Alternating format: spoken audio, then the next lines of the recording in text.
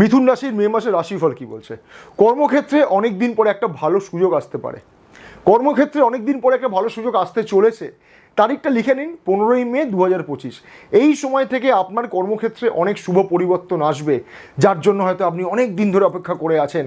কর্মক্ষেত্রে সফলতা উন্নতি সবটাই হবে। তবে আপনার কি মনে হয় মিথুন রাশির সমস্ত জাতক জাতিকারা এই শুভ ফল পাবেন?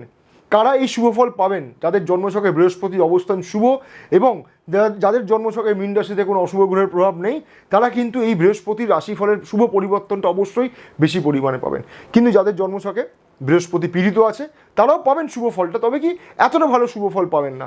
আমি কিছু প্রতিকার নিয়ে এই ভিডিওতে আলোচনা করব আপনার জন্য, আপনার কর্মক্ষেত্রের জন্য, বৃহস্পতির রাশি পরিবর্তনের জন্য। কারণ আমি তো জানি না আপনার জন্মছকে বৃহস্পতি শুভ বা অশুভ কিনা, তাই প্রতিকারটা একবার দেখে নেবেন, হয়তো আপনার কাজে লাগতে পারে। কারণ বৃহস্পতির এই রাশি পরিবর্তন কিন্তু আপনার একদম জন্মরাশিতে হচ্ছে, সুতরাং এই পরিবর্তনের শুভ প্রভাবটা আপনাকে পেতেই হবে।